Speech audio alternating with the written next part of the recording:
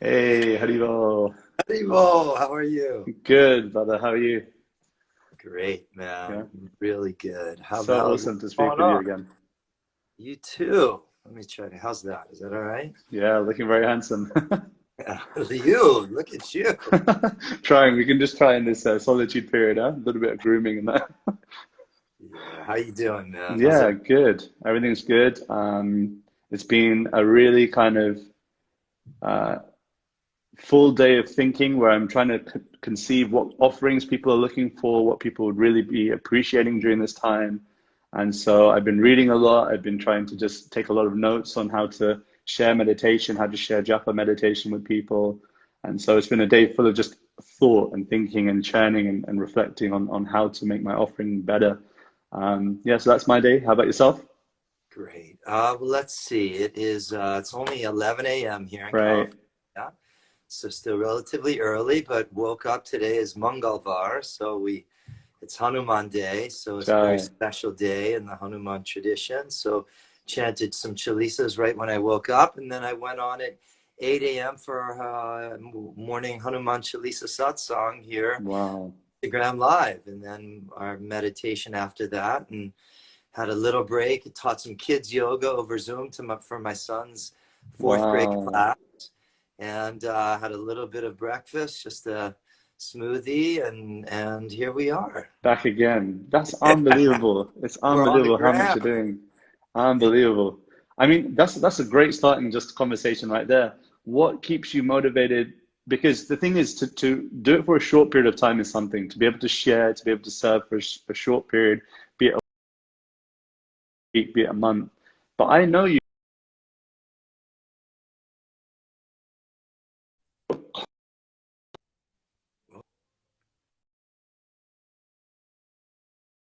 Just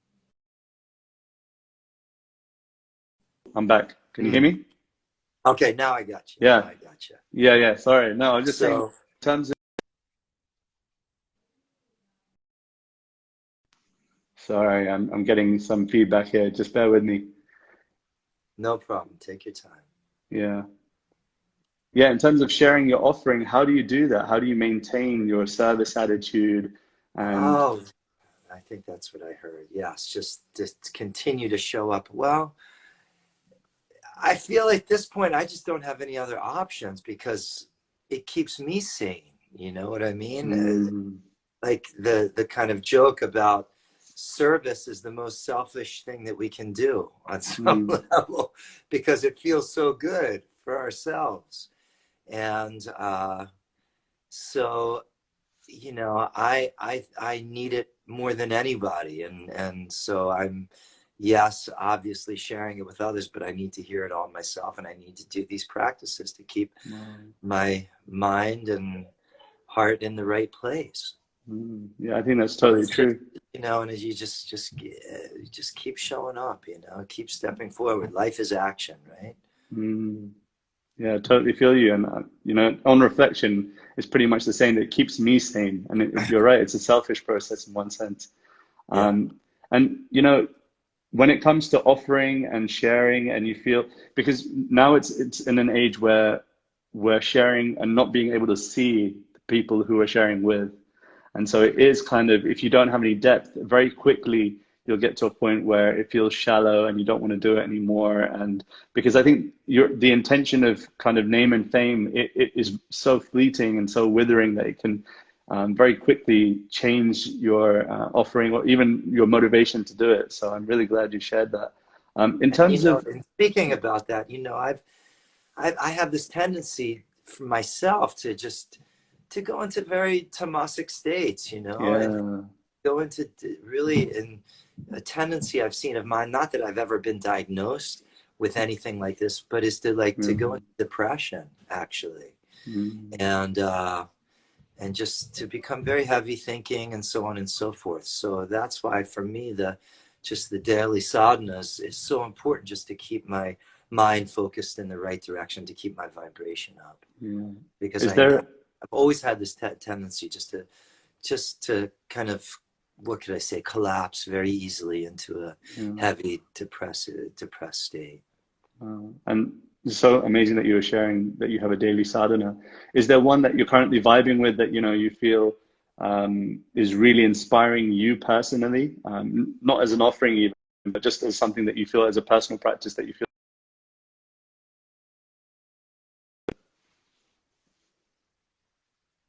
Prasadam, Mm, being home. And, usually everybody, we're all running around, rushing around, grabbing food here, grabbing food there, because we got 18 million things to do. yeah, right. And, you know, to just every single meal, to just really prepare it with just such love, and that this heart of offering it back to the Lord, that this is not my food, this is not my property, this is yours. I offer it back to you, and to chant while I'm preparing, and just really put that love into food, and slow down with it. And I do that regularly, but this is taking it to a whole new level, because this is like, we can't go out to eat. You know No. what I mean? Yeah, And right. I think that's been one of the real blessings in this, is that everybody's at home preparing their own food. Mm. And, as well too, is that me and my family, we've eaten breakfast, lunch, and dinner together for the last 30 days. We've never done this. Yeah. And this has been a gift for us all, just to slow down and be together and be with family and prepare our own Mm. food and put that love into the Mm. preparations of it. Yeah. So that's been really special for me. And I always, Uh, um, along with many other practices, but there's something about that, as I'm sure and experience as well too. Yeah, for sure. It's something that I saw our good friend Vish, he's tuned in and he's also said he loves prasadam and he loves to be able to prepare it and to offer it and to be grateful for it. And it's a beautiful concept because in one sense we have to come to a point where we try and make our life an offering. We try and make it something that's sanctified by God, by Krishna, by Ram. And in that way, we can feel that uh, we are of some use. And I think more than anything, when it comes to prasad, I feel that it's a great time for me to just be for one time in the day away from my screen, be a little bit mindful in that moment. And even just like you're saying, to sit with my wife, to sit with my family, my parents who are living with me, is such a blessing. Um, Something I wanted to speak to you about, because I was reading from the Gita before we started speaking, and something that really struck me and I thought I'd love to speak to you about is the principle of renunciation, because renunciation is something that people in the yoga scene talk about a lot. It's, relieving yourself of material objects, renouncing perhaps even family life one day. It's written in the scriptures to be a renunciate many times, all over the Gita it's spoken about that. But I wanted to see what you thought about this principle of renunciation, if any thoughts come to mind. Wow, that is such a great concept to talk about. And thank you Mm, for bringing this out, to all of us. And a few things that come to me when I hear about renunciation is, the first thing that I hear is Ram Dass ringing in my head, and mm, that we can't push things away too quick, because if we try to push them away too quick, they're going to come back into our lives even stronger. right. And another great concept that I've heard, I'm not sure if you're familiar with, her name is Sadhvi Bhagavati of the Parmarth Nikatan Ashram in Of Rishikesh, course, where she's a no. wonderful, wonderful teacher, and loves to speak on the Gita. And she talks about um, renunciation and how it just has to fall away naturally. And Mm, with bhakti in our hearts, how those things, instead of trying to push them away, they just fall away with ease and with grace, instead of mm, forcing them out of our lives. So it's really interesting, obviously being householders, but still on this path. Mm. And the way I just sort of work with it myself is that it's a real balancing act. Yeah. And We were talking about how renunciation is something which, even as householders, we're all in a position where, or most of us, I don't know, someone might be watching, might be a monk, might be a solitary spiritualist, but for the majority of us, we're householders. So this principle of renunciation, how can we apply it in our lives practically? And yeah, Govindji, you were sharing that it's something where you can't push away, you can't kind of force it in your life, but maybe you want to share again. yeah, well, I think the last thing I was talking about is like, excuse me, how can we be in the world but not of the world? Right. And that fine balancing act between the two, that we live in this world, we have to make money, we have to go do our jobs, and we have families and relationships and all this type of thing. And how can we flow through all that without getting consumed by that, without with always keeping our thoughts on God and focusing on Krishna. And how do we do that? I think we have to, have a strong sadhana in our lives. I think, of course, mantra is the tool for us to keep our minds focused and our heart clean. And and that's what comes to mind for myself. I'd love to hear what you think about this. Yeah. I mean, when it comes to renunciation, I think I personally struggle because trying to be a person who upholds a household, it's trying to find the balance almost between how do you make sure that what you have is good and sufficient, but not excessive. And so I think that when it comes to each personal situation is going to be different. We can't have kind of a uniform black and white model where everyone should have only X amount in their bank account or only have this many pairs of clothes, because it's going to be completely dependent on one's nature, depending on one's lifestyle, depending on one's social life, so many things at play.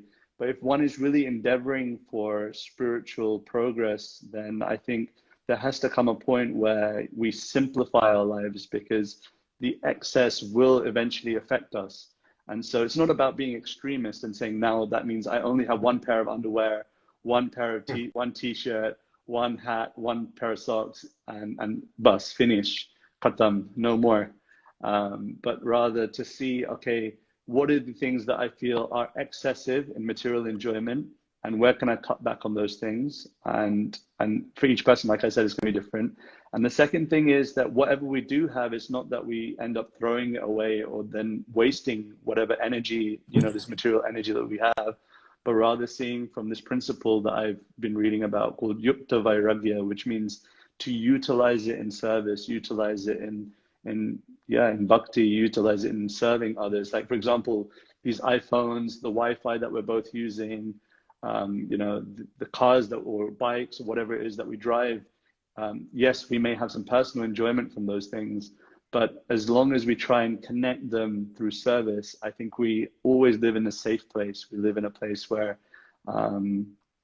it'll be spiritualized, it'll be Krishnaized, it'll be Ramaized, and therefore there's less chance or less danger when it comes to having spare time with those things that we can involve, our own selfish desires.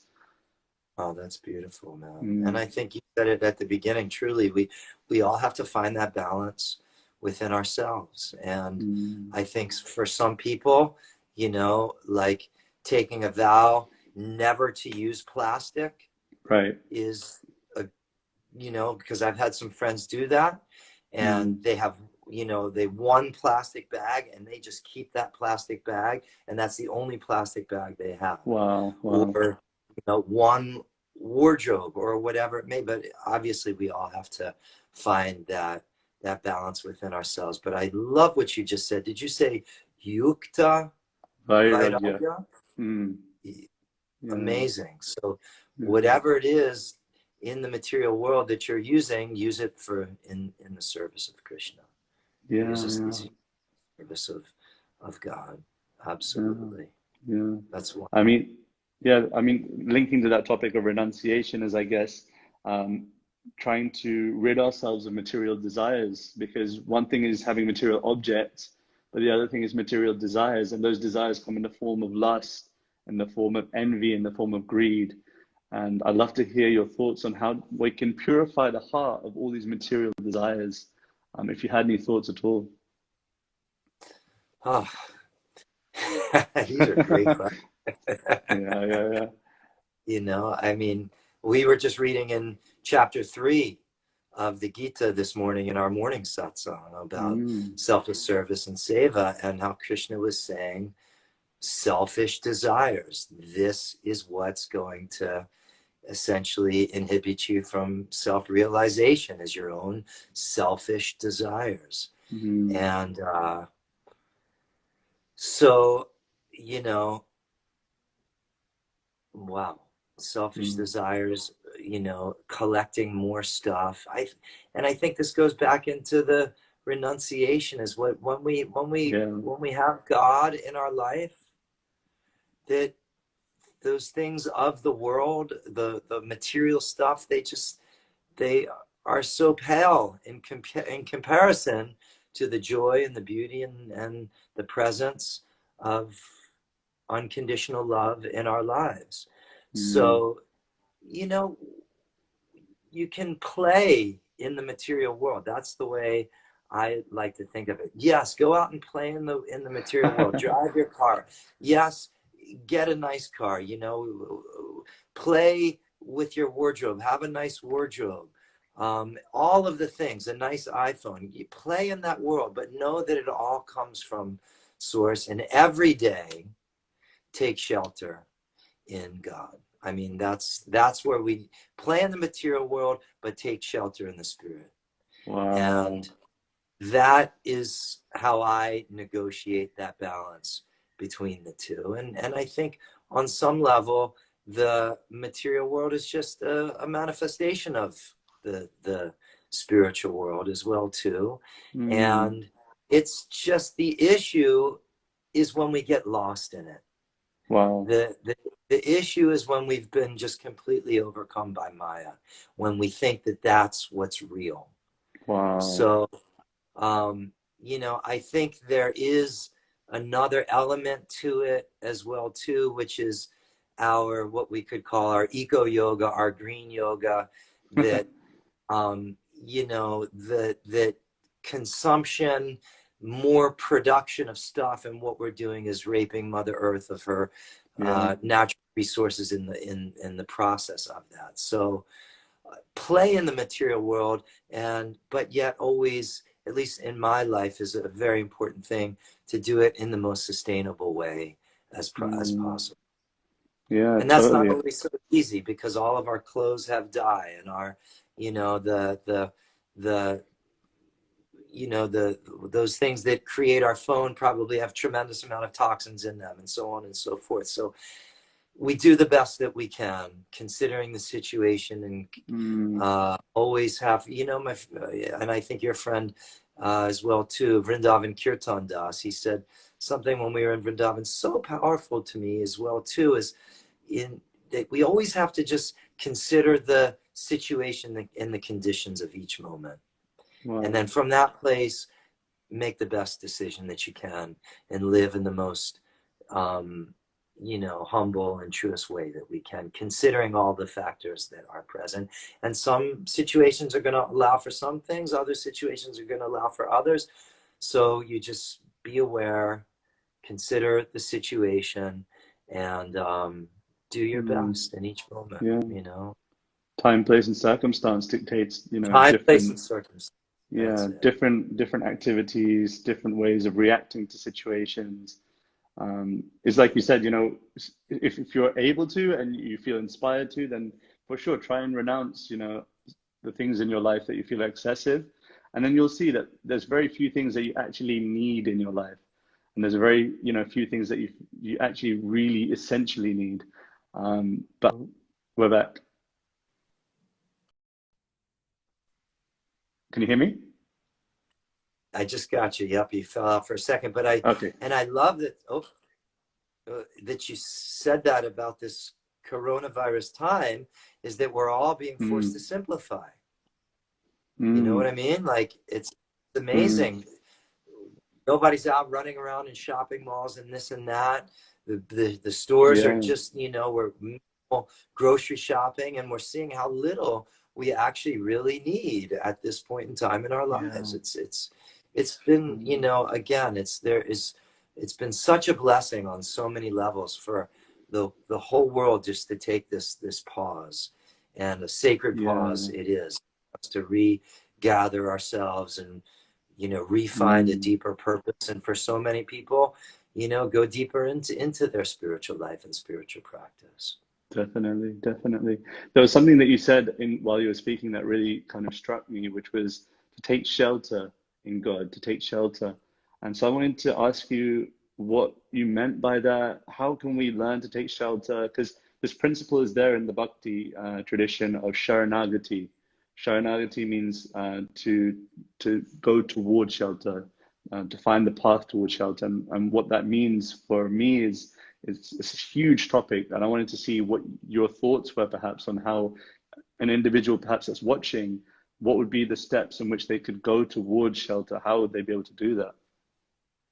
Well, I think the first way to do this is start to, as my Guru Neem Karoli Baba, he says, always keep your thoughts on God.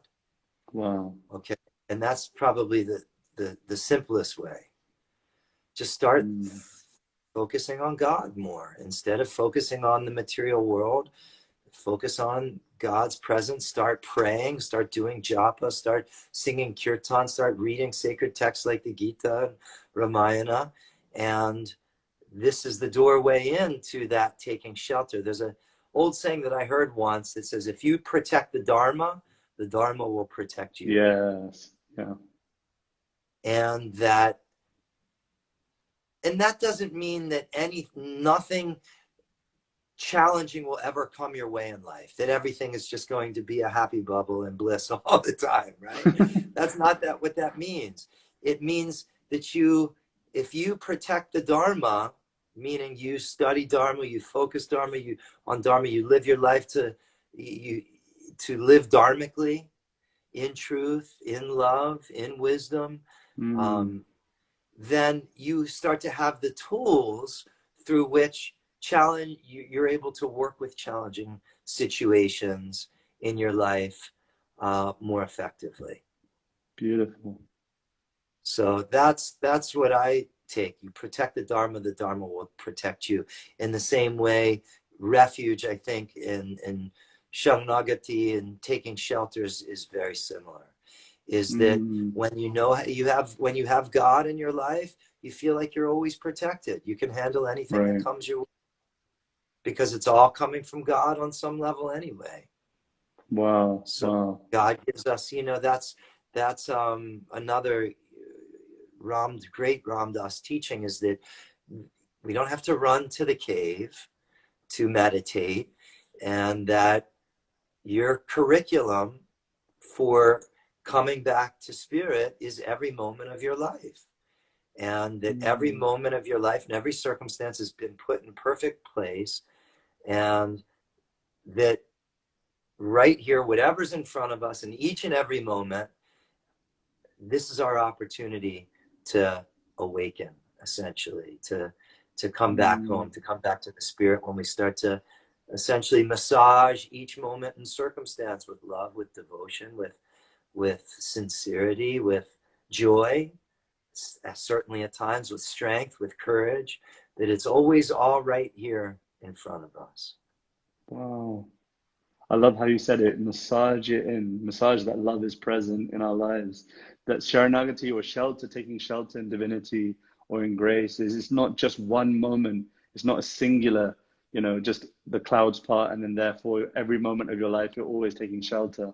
But it needs to be massaged in. It needs to be a practice. It needs to be living and breathing in you. That you're noticing, you're aware that everything, regardless whether it's inverted commas good, inverted commas bad, is all coming from that divine source. In fact, there's this wonderful story that comes to mind while you were sharing that, which is it's a Chinese proverb, I think. And they were saying, there's a story goes like, there was once a man who bought a horse for his son, and the neighbor who saw this, he came around and he said, "Wow, it's such good news that you bought this horse for your son." And the father replies, "Good news, bad news, who knows?" Then a week goes by, and the son, he falls off the horse, and the neighbor comes rushing back and he says, "Oh my God, such a bad thing has happened. I'm so sorry. If there's anything I can do, let me know." And the father again replies, he says, "Good thing, bad thing, who knows?" A week goes by, months go by, and the country goes up in civil war. And in this moment, the army is conscripting young boys. But because the son has broken his leg, he can't be conscripted for the army. And so again, the neighbor says, "Oh my God, such good news." And then again, the father replies, "Good, bad, who knows?" And so it's almost like that we have to see in our lives and just be aware and conscious that every moment is grace. Every moment is God's gift.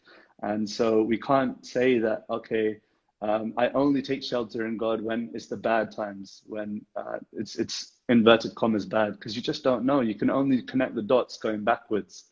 You can never in the moment say this is such a bad thing. And so many people in the Bhakti spheres have been saying Corona, or is it really Karuna? Karuna means mercy. And so for different people, of course, it's going to be different. If you're really suffering and you're really, falling to pieces with your health and the body and the mind, then this could really be an intense period. And I don't want to take away from that. But rather, like Govind Das is saying, that it's an opportunity for seeing grace, for seeing this mercy, this unlimited mercy, which is also present for so many of us, to now quieten down, be more present, making prasadam, be more present in our prayer and our practice of Sharanagati, of shelter. And so much of that is kind of like, it's just flowing from you, my brother. So thank you so much for sharing all of that. Thank you. A couple quotes came to mind when you were saying that. One is from Ramakrishna, Paramahansa Ramakrishna. And he says that the winds of grace are always blowing. We just don't put up our sail, right, to catch those winds of grace, which meaning we're just not aware of it. We're lost in Maya most of the time. We're completely lost in the material world, thinking that that's what's most real. Wow. So that's what, doing a practice of some sorts helps us to wake up and start to recognize that God's grace is within all of it. And then the other thing that came to mind is Neem Karoli Baba's very famous quote that he said, "Suffering is grace." Wow. And suffering is grace is, whoa, is that a hard one to comprehend at times? Swallow, right? What? Suffering is grace? How could somebody be so heartless and say that? But, what I take his meaning is from that is that it's typically our suffering that brings us closer to God, because we start looking for a new way and a new path. I know for myself, when I was 22 years old, I got very sick with irritable bowel disease, ulcerative colitis. And that's what woke me up, that I needed to find a new way. I needed to go to a yoga class. Somebody said, "You know what you should do? Go to a yoga class." Well, I went to a yoga class, and guess what? My whole life has been, my whole life changed, and I wouldn't be doing what I'm doing now if I didn't get sick back then. So that suffering was surely grace in my life. Wow. So, when things are challenging, we just have to remember that there's, a mantra that I always like to repeat, that one is that change is good, and two is that, within challenges, there's always jewels in disguise. Wow. So that, I think, especially now, what's happening on this planet, and I think, we're waking up to that we can't live like the way we've been living. And I can't say for what the culture of the UK is like so much, but generally speaking, what it's been like here in America for a long time is this sort of over dominating philosophy that the person with the most toys wins. The Yeah, person with yeah. the person with the deepest pockets wins. So it's been this competition for everybody to make as much money as they can, to have as much material stuff as they can. And I think that what this is doing is forcing us as a culture to rethink things, that, you Mm, know, maybe there's a different purpose to all of this. And maybe it's time to actually practice and live with more love and compassion in our yeah, hearts. yeah. Because if we die, guess what? The money doesn't really stay with us, you know. So there's some great jewels inside of all of this, and I think as well too, you know, for at least for myself, for a long time, for years, I'd been just feeling like things are moving too fast, not only in my life, but just in the world, you know. And even with doing, you know, sadhana and practices, it just felt like something was going to burst. Yeah, And yeah. this, as you called it, the Karuna virus, which I hadn't heard yet, but I love it. And I hope you don't mind if I share that Of with others. course. But the Karuna virus is what bursted it, and is at the perfect time, you know, forcing us to slow down. And I think another way of looking at it is that this is Lord Shiva in drag. You know, Lord Shiva Wow. is the great destroyer. He shakes things up, chaos. And we've been brought this to shake us up, because we really, as a planet, we really needed to be shaken up. Yeah, yeah, And yeah, hopefully, you know, we come out of this with a new paradigm yeah. as a human race. And that's Mm, certainly my. yeah, I mean, you're totally right that suffering does bring this almost need to start thinking, well, what I'm doing right now isn't satisfying. It's not really nourishing my soul. It's not bringing me true happiness. And obviously, it's mentioned in the Bhakti Shastras that there are different types of people that come to spiritual realization or towards the journey of spiritualization. One is the intelligent person who just hears it and immediately gets caught. The other person who needs to be burnt and by the material experience and therefore sees that the light at the end of the tunnel, if I can use that phrase. But it's the majority of us lie in the second category where we need to get burnt by the fire of material existence, and in that way see that there must be an alternative, because ultimately it's a blessing to know that before the end of your lifetime, that all these things, material value, name, fame, recognition, objects that are fleeting, today we see it's brand new, tomorrow there's still another version to come. All these things are just a big fat zero, zeros piled upon zeros, piled upon zeros.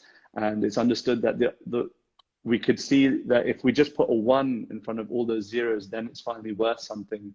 And that one is seva to God, to see that actually that if I can place that one in front of all these zeros and see that all those zeros can somehow serve that purpose through this principle that we mentioned earlier of yukta vairagya, that we're using it in that divine seva, then actually we can see that everything finally has purpose. The name, the fame has purpose.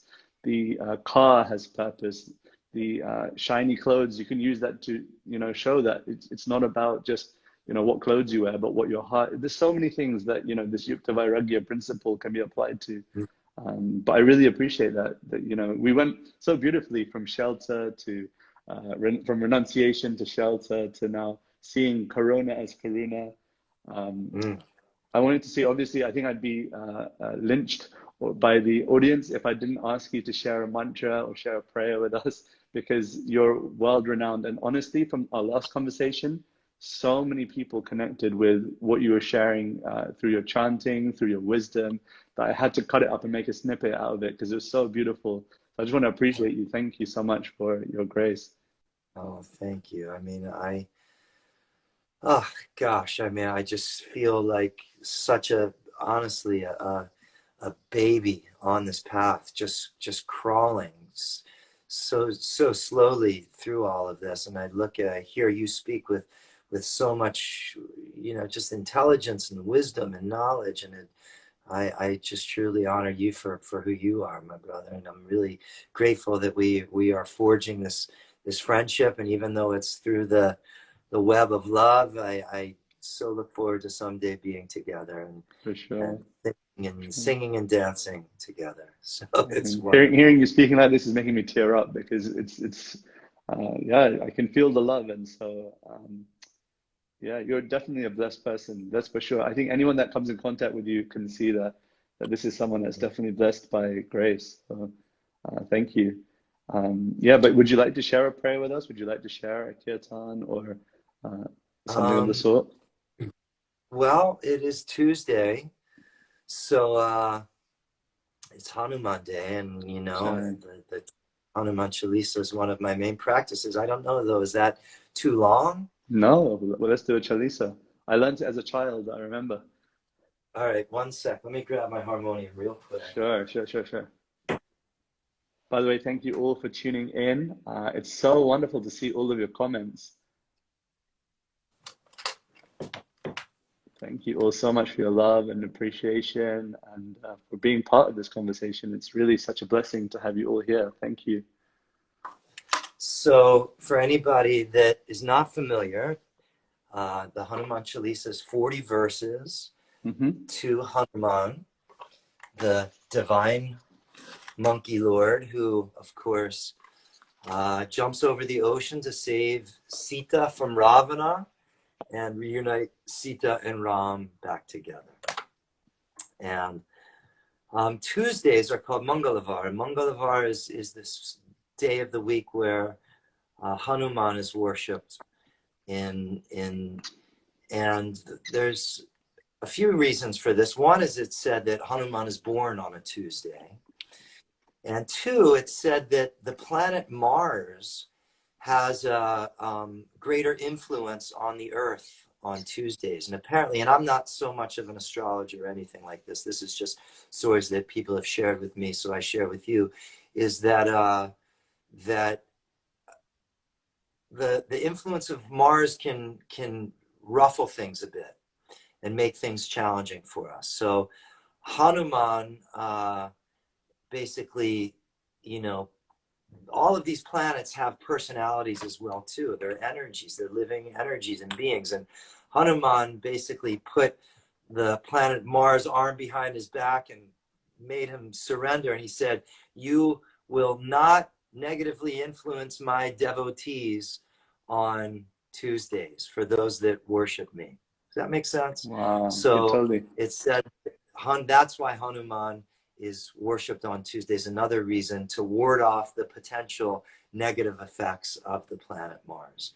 And Saturday is associated with Hanuman worship as well too, because of the influence of the planet of Saturn on planet Earth as well too, and that Saturn as well too is associated with the shadow and can have negative influence as well. So same thing with Saturday, that Hanuman is worshipped to ward off the negative effects of Saturn as well too. Wow. So this is it's typically Chalisas take about 7 minutes or so. So if you're open to it, we can chant a Chalisa. Does that sound okay? 100%. I'm excited. Shri Guru Charana Saroja Raja Nijamana Mukuru Sudari Ragubara Bhimala Jasu Jodaya Pachari Buddhi Hinata Janike Sumero Bhavana Kumara Alahudi Vidya Dehu Mohi Arahu Kalesh Vikarasiya Arara Chandra Araje Sharanam Jaya Hanumana Gyana Guna Sagar Jaya Kapishati Loka Ujara Ramadutta Tulita Balada Anjani Punya Pavana Sutana Mahavira Vikrama Bajara Umati Nivara Sumati Kesari Kanchana Varana Viraja Sudesha Kamala Kunandana Kuncha Bhattavaja Viraj Kande Moja Sankarishwaramati Srijatatapa Mahajagavan Vidyavana Chakalipe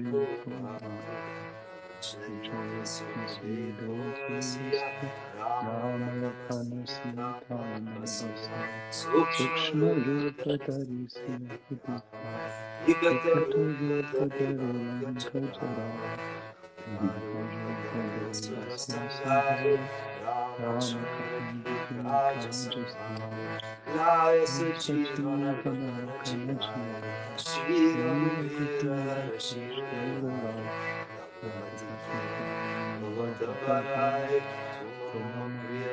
Krishna Sahasavadana tumaro jasagaha Asakahishivati kantavya Sanagati Brahmadi Munisa Narada Shara Sarita Hadisa Namakubera Digapala Jahare Abhiko Vikai Sakya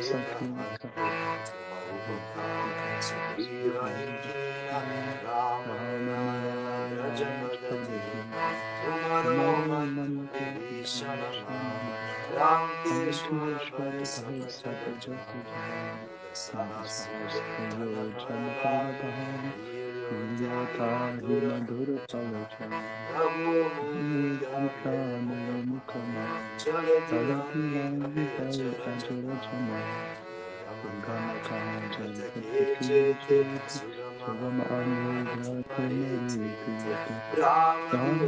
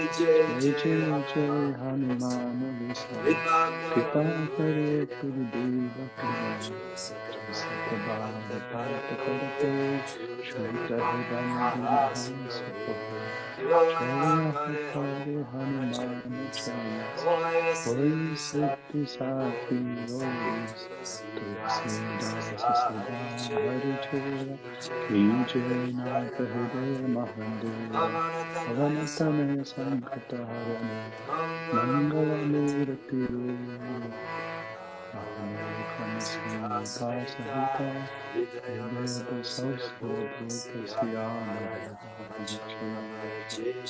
Namadha Shri Ram Jai Ram Jai Jai Ram Shri Ram Jai Ram Jai Jai Ram Ram Jai Ram Jai Jai Ram Shri Ram Jai Ram Jai Jai Ram Sita Ram Jai Sitaram, Sitaram Sitaram, Jai Sitaram, Jai Sitaram Jai Sitaram, Sitaram, Sitaram, Jai Sitaram Jai Sitaram, Sitaram. Jai Hanuman, Jai Jai Hanuman, Hanuman, Jai Jai Hanuman, Hanuman, Jai Jai Jai Hanuman, Jai Hanuman, Jai Jai Jai Hanuman, Hanuman, Jai Jai Hanuman, Hanuman, Jai Jai Baba Jai Hanuman.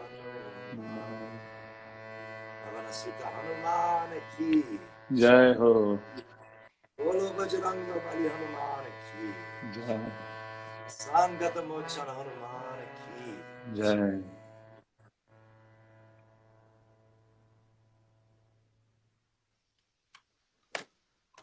Jai Jai Hanuman. Hanuman. So you listened to and chanted the Chalisa when you were young? Yeah, so before I kind of explored Bhakti Yoga for myself, I was brought up in a Hindu household, and my mom made it a point that every day as we went to school, we had to chant the Chalisa. That it was like militant army regiment. She brought us the books, the small chant books as children, and I remember from the age of maybe about 7 or 6 up until yeah a good 14, 15. Every day on the way to school we chant the Chalisa, and Wow. so I'm pretty certain that any strength that I've been able to have or any um, yeah clear vision of what I need to be doing in my bhakti life has come from the blessings of Hanuman. And like you were mentioning last week, that this principle of Dasya Bhava, that Hanuman, he brings about this principle of how to become the servant, how to become one who is keen to serve God. And it's understood that, you know, if you really want to please God, then don't try to become God's servant, but try to become the servant of the servant of the servant of God. And so, yeah, I'm truly, truly grateful to Hanuman for his any blessings that he's given in my path, and I'm sure for you also it's the same. So I mean, if you have anything that you've heard from about Hanuman or anything you'd like to share about Hanuman, I'm sure we'd be all eager to hear. Well, this Chalisa, and first of all, to hear that you chanted the Chalisa, that your mom militantly made you chant the Chalisa, but you did it for 8 years straight of your life as a child. I mean, Mm, you carry yourself in such a beautiful way, and you have so much light around you. And oh man, to hear that made my every hair on my body stand up. I literally had the chills running through my body when you yeah. said this. And I'm thinking of you all driving in a car together, chanting the Chalisa. That's Did exactly you what it have was. sisters or? Yeah, it was myself and my younger sister, so we both know it. In fact, I've never shared this story, you know, in any circle, I've never shared it, but somehow you brought it out of me, so it just made me I, reflect.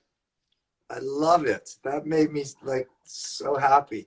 So, in this Chalisa, there's a dear friend of ours. She calls it the prayer, the poem, and the promise.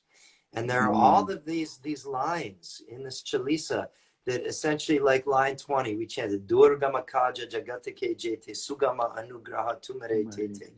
It means all difficult tasks become easy by your grace, Hanuman. And then, so we look at, well, okay, well, then how do we get Hanuman's grace? And I think of mm, myself, well, we have to model our lives and our behavior like Hanuman, meaning live in that spirit of service. Pray to Ram. Make our devotion to Ram or to God, any form of God, one pointed. Put God as the very center of our lives. That's how we get Hanuman's grace. mm, Um, line 25, and this one's really good for the times that we're, in right now with the coronavirus. Nase roga hare sabapira japata nirantara hanumatapira. It means all affliction and disease is eradicated when we chant your name, brave Hanuman. And, so many other almost promises. This Hanuman Chalisa was written by Tulsidas some 500 years ago.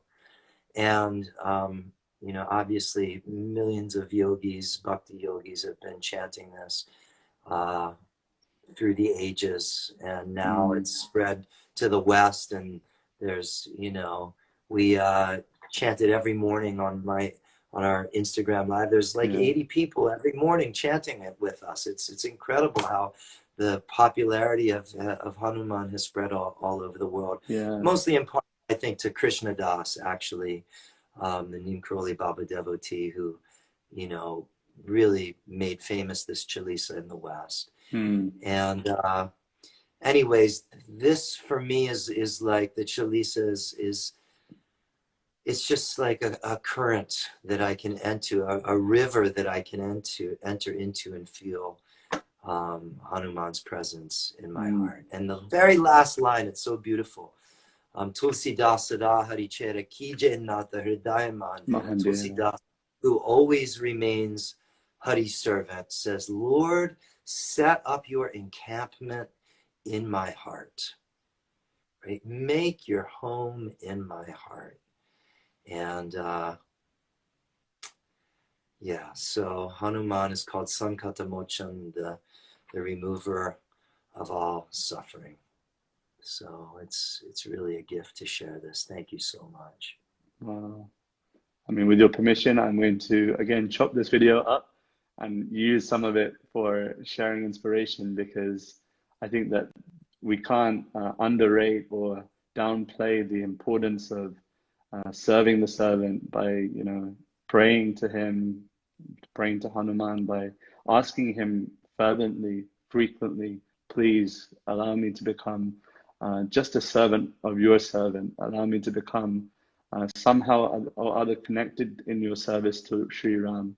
Please allow me to become uh, just even a water carrier for one of your servants. So that way, one day, if you can see my value, my worth, let me be of some service to you, then that will be my qualification. And I'm sure at least my spiritual teacher, my Guru Maharaj, will be pleased by trying to serve you and serve the servants. And so yeah, with your permission, I will share this message, because I think that it's so beautiful, and it's so heart opening. Like I feel, you know, before every conversation, I try to come up with some topic or try and write something down.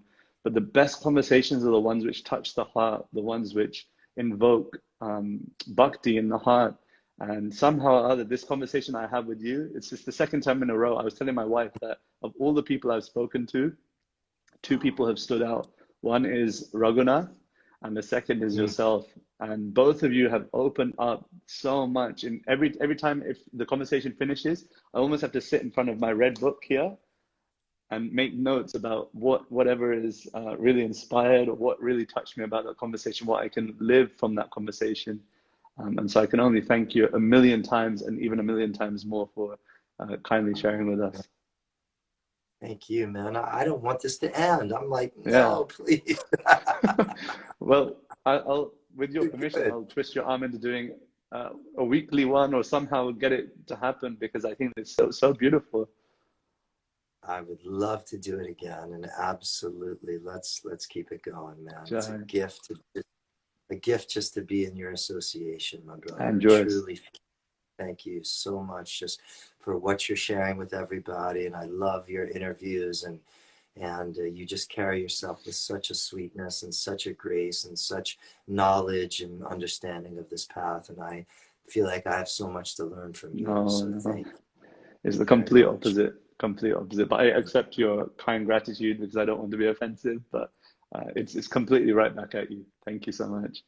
Um, is there, I know obviously there's so many offerings happening with the Bhakti Yoga Shala, but is there anything you'd like to share that people can connect to you with? Well, you know, there's something very special happening this weekend, and it's Mm-hmm. a virtual retreat Mm-hmm. um, for Ram Dass. Now, if many of you all know Ram Dass, Baba Ram Dass passed away in late December at Mm-hmm. 88 years old, and this is the first Ram Dass gathering essentially since he left his body, and Wow. so there.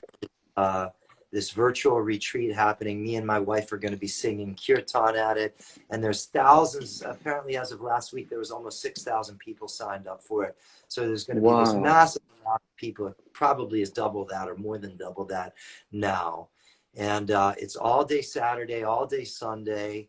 And, you know, Krishna Das, Raghu Marcus, so many other great teachers are going to be a part of it. Mirabai Star, as I said, we're going to Wow. be leading Kirtan as a part of it. It's Saturday and Sunday, and all you have to do, it's free, and you just have to go to ramdas.org to sign up for it and get the link to Phenomenal. register. Shiva's That's Secret. Thank this you so much for weekend. putting that link in there. Ramdas.org. Thank you so much. Yep, ramdas.org. You got it. Fantastic. Thank you. Thank you. And I'll definitely be tuning in. That'll be awesome. yeah, it's going to be very special. So Wonderful. thank you so much. And yeah, let's do it again real soon. Yeah. I'll start or immediately as soon as this finishes, I'm going to send you some dates. So let me know which one is available for you. And I think everyone is saying yes, please. So we're definitely going to make it happen. I promise everyone. And yeah, please do join us tomorrow. I'll be sharing some japa meditations at 1 o'clock lunchtime, British Standard Time. If you're interested in that. And of course, there'll be plenty of more conversations. I'm sure Govindji will be one of them, hopefully next week. I'll try my best. I love that you're doing japa now too. I think it's amazing. You're doing Yeah, Maha Mantra Maha Mantra Japa. and It's just doing like honestly, a one round, yeah, we're one doing one round. round, 2 rounds, and then seeing like, in between having meditations, in between having moments of encouragement, of inspirations. And so, yeah, it's just honestly just a trial to see whether people feel it's an offering that people like. If you have any advice, I'm sure, please do share that with me. Anything that you feel really works. Oh, I love it. I think it's fabulous. I think it's just so cool. So, Great. thank you. Have a great day, You Govind, and we'll too. speak soon. Jai Shri Ram. Love. Be well. Jai Shri Okay. Ram. Hare Krishna. Hare Krishna.